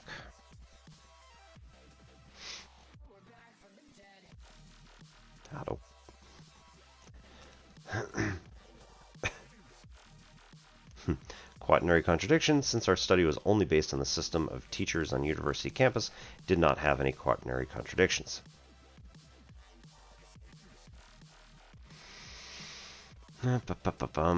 Discussions, conclusions. We found many contradictions in the study were at secondary level, consistent with the literature. These contradictions led to innovative transformations of IBL lesson designs, actively engaging teachers in the use of problem posing. Common secondary contradiction found in nearly all plans was between the tools and the object components, leading to an increased level of inquiry in the revised lesson plans. Also, findings revealed a secondary contradiction regarding how and at what stage of IBL teachers used the activities in their lesson designs. Findings showed that starting the IBL lesson design with problem posing can engage students in inquiry from the very beginning. In contrast, using problem posing during the reflection phase or as homework assignments mainly serves to deepen understanding and reinforce learning rather than fostering initial inquiry.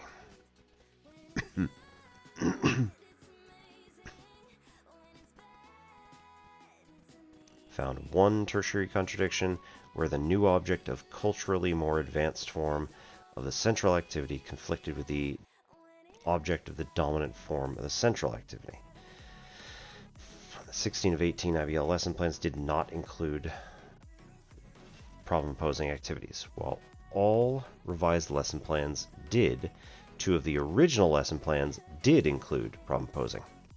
Good job. This shows that teachers can create problem-posing activities even without prior exposure to problem-posing, aligning with findings from other studies.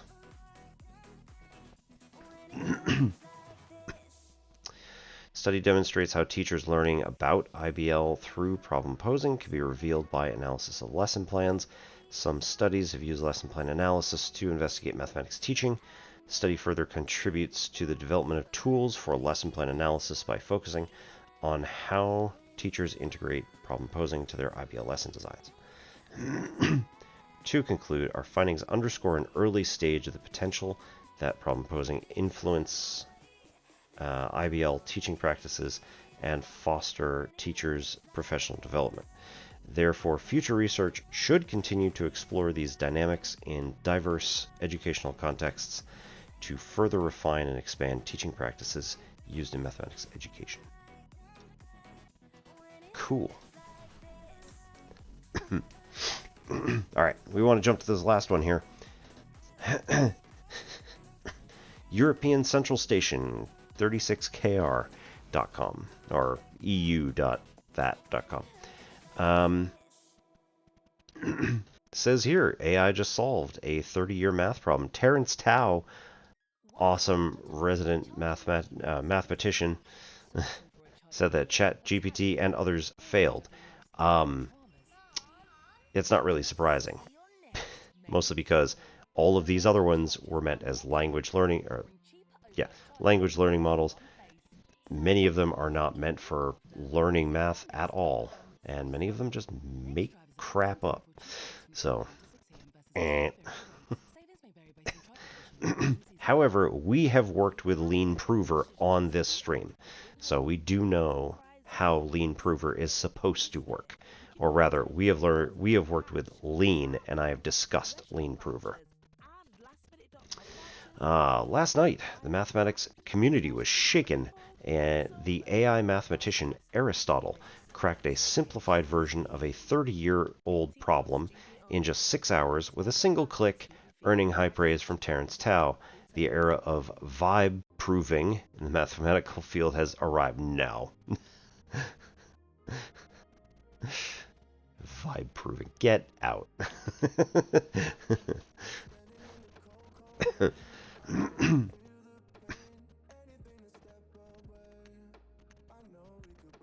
A few months of using AI, you are now con AI. Yeah, one of my friends is very much pro AI, and one of the other guys in our book club was like, yeah, that's true. He says, I was like, fine, let me do some research on this thing. And so he asked it to create an analysis based on some statistical figures that he fed. Where would be the best place to go buy a particular, or which Magic the Gathering booster packs would be best to buy based on like the following stores and their general stock and the likelihood of getting particular rares and uncommons that he wanted. And like it basically worked through a whole bunch of stuff and was like, so depending on your priorities, here is, you know, your list of where you should buy these things from. And he was like, oh crap, that's kind of good. You know, it was something that he wasn't going to really be able to do for, you know, hours, days, and like it came up with it in a couple minutes. So he was like, oh, that's actually pretty good. He was like, I wanted to hate it, but actually that was helpful.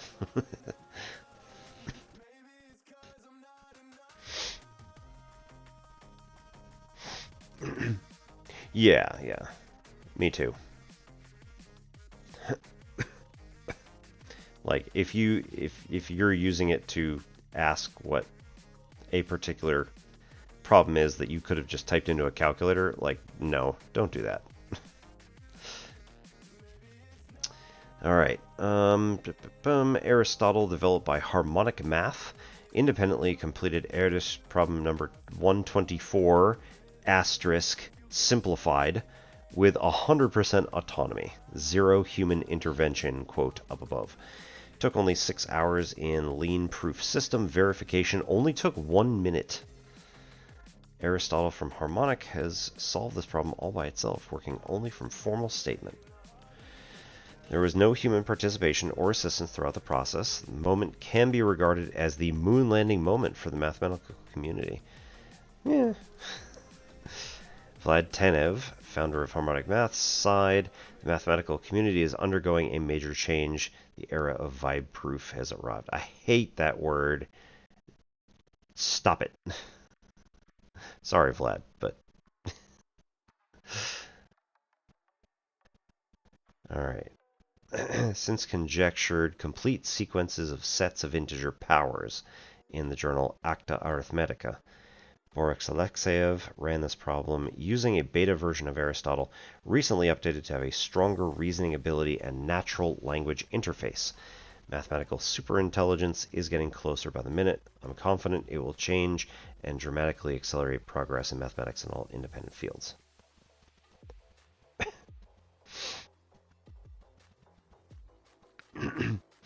Alright, Terrence Tao says, the Erdős problem site, which currently hosts 1,108 problems that were stated at least one paper by Erdős, is also of this nature. While there are some notoriously difficult open problems on this site, e.g. number 3, there is also a long tail of more obscure problems that have received little attention even from Erdős himself. Similarly to the experience with equational theories, we are now beginning to see automated sweeps resolve the lowest hanging fruit in this set of problems. A few weeks ago, nearly a dozen problems that have been classified as open on the site have become resolved after AI-powered literature searches turned up solutions to these problems that were already extant in the literature. Human mathematicians working on these problems have used a combination of AI tools and formal proof assistance to verify existing proofs in Lean, to generate terms of integer sequences associated to these problems, or to fill in the proofs of missing steps in a proposed attack on the problem. Recently, yet another category of low-hanging fruit has been identified as within reach of automated tools, problems which, due to a technical flaw in their description, are unexpectedly easy to resolve. Specifically, 124 was a problem that was stated in 3 separate papers of Erdős, but in 2 of them he omitted a key hypothesis which made the problem a consequence of known result, Brown's criterion. I don't know what this is. However, the fact was not noticed until Boris Alexeyev applied Aristotle tool to this problem, which autonomously located and formalized in Lean a solution to this weaker version within hours. For a long time, the problem list of mathematician Erdős Pál has been like the Mount Everest of knowledge testing the limits of humanity. Rewards for these unsolved problems mostly range in the dozens of dollars to tens of thousands of dollars. Symbolic meaning is far greater than actual value and has become a spiritual medal for countless mathematicians. The core of 124 is, given k natural numbers, d sub I greater than or equal to 2, if the sum of 1 over d sub I minus 1, d sub I minus 1 is greater than or equal to 1, then for any natural number n, there always exists a sub I, such that n is equal to a sub I, the sum of all a sub I. Deals of Christmas here, and your festive favorites are waiting. Start your morning early with Tropicana Orange. Smooth or original, 1.5 litres. Just £3.25. Keep the party going with a Coors 10-pack. Moreover, each a sub I in the digits under d sub I is limited to 0 or 1. Everything you need for a festive season. Can all sufficiently large integers be written as a sum of the shape c sub I a sub I, c sub I is a constant, either 0 or 1, and a sub I only has the digits 0 or 1 when written in base d sub I. Alright.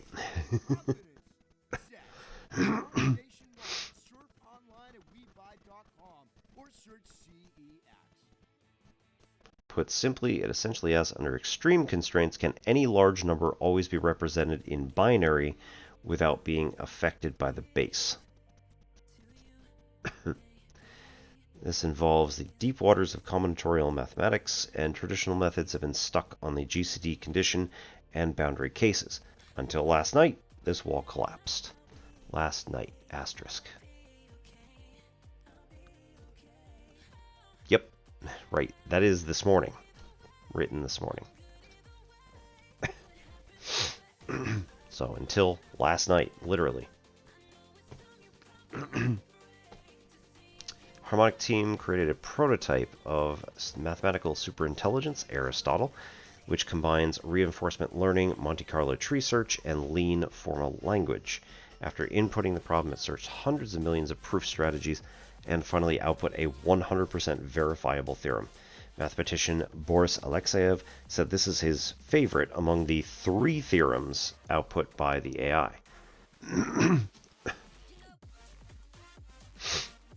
Right.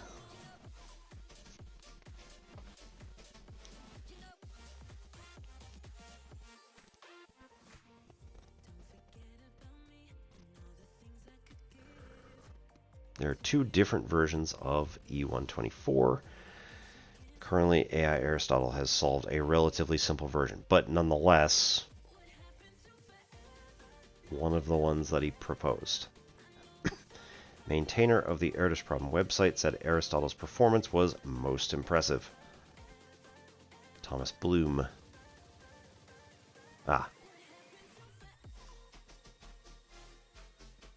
As the owner-maintainer. Yeah, okay. This is a nice proof, which was provided by AI from the formal statement with no human involvement and then formalized in lean. This is already impressive.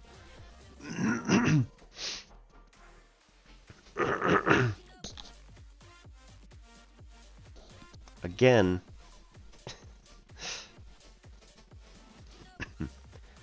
the in-depth research tools of Gemini and ChatGPT, so not the language learning model by itself, have not found any new and valuable literature on this problem. Gemini gave a simple observation. If the number 1 is excluded, the GCD condition becomes necessary.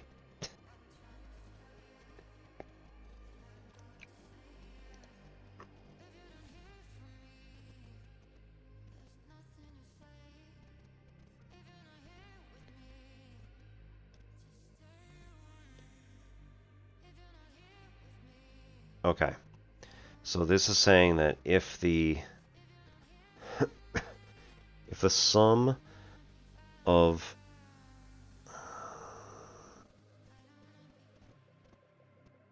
if the sum of all of the harmonic fractions 1 over all possible digits from 2 to whatever base we're using. Coffee remade because you forgot you had honey.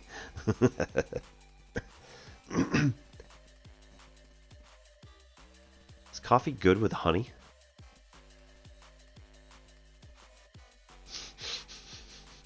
I mean, you must like it, but...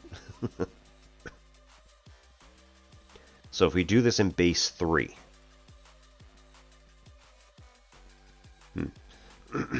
then we should have 1 over 2 minus 1 and 1 over 3 minus 1.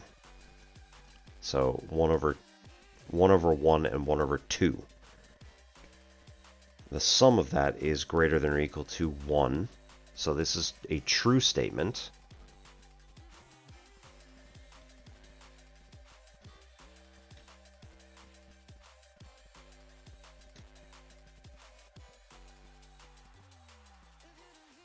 Okay, so, yeah. Okay, so all of our D's here need to be 3 or larger. Okay, so if we have a case where 3 plugged in, which is going to make this a 2 on the bottom, which is 1/2. So,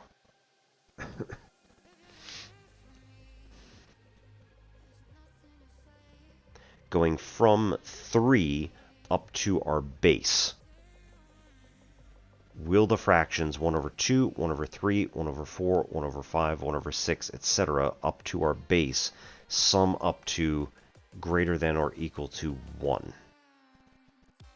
Right? Will they sum up to 1 or higher? And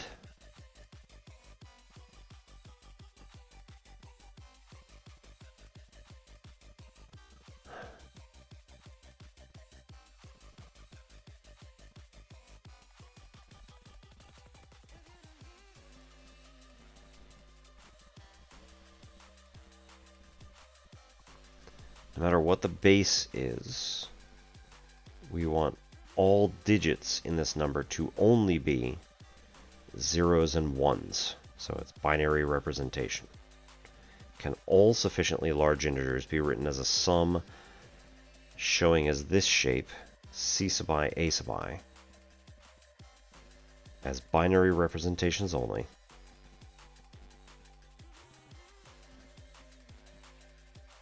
Alright, okay.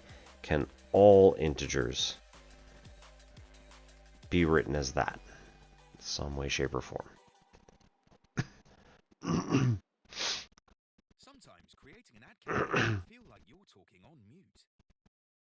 Sorry, we can't hear you. Say that again? But advertising on Spotify can help your business turn up the volume. With our easy-to-use ads On manager, Mastodon, Terrence Tao also shared experience, years of experience. Said the current real situation is unsolved mathematical problems follow a long-tail distribution. AI automation harvesting is concentrated at the very long end of that tail. There are a large number of problems that are actually relatively easy to prove or disprove, but due to the limited number of expert mathematicians who can actually invest in research, these problems have received little attention. These are many accessible, low-hanging fruits.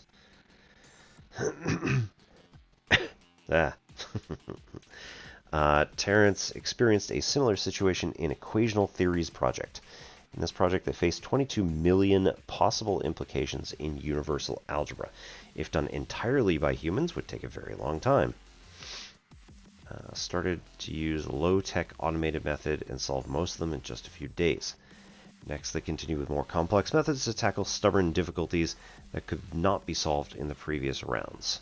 Finally, it took human mathematicians several months to solve the few remaining, particularly stubborn ones. Soon.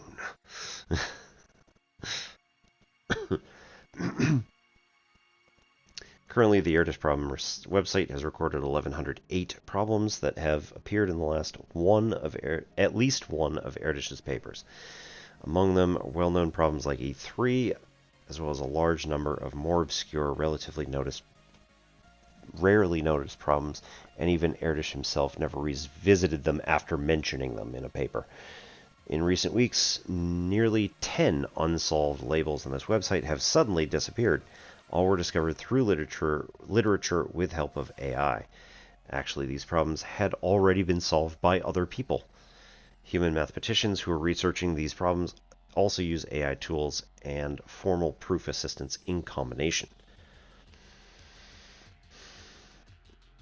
Recently, another type of low-hanging fruit within the scope of automated tools has been discovered. Problems that have unexpectedly become easy to solve due to technical flaws in the description. E124 is an example, again, written 3 different times, described 2 different ways. We already saw this. This is like reiteration.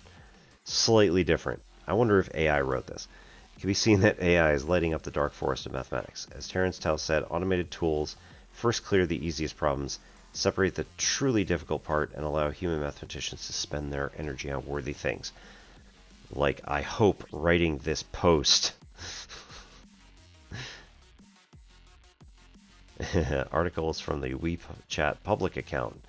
New Intelligence Yuan. Author is New Intelligence Yuan. Yeah. God damn it. I friggin' knew it. It repeated itself. Oh no. Why did I do that?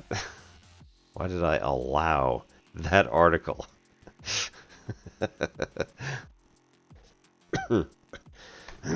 Good times. Alright, so we're gonna go with that. We're gonna go right out. Let's go see... Let's go see Volcano Doc. Currently, she's working on a co-working and studying stream, and I hope everybody here is going to have a really awesome week. I will see anybody who's interested tomorrow for... Yes, we can read. I'll see people tomorrow for 9 Souls, which is our nice, calm Tai Chi kitty game. Yeah, almost. I will be doing some Tai Chi as we get into the breaks, and hopefully I can remember what we learned on Saturday. So we'll see how it goes. All right. Have fun, everybody. Good night. All that good stuff. My name is Obi-Wan Pez. This is N Simplex Pachinko. See you next time, and learn some lean.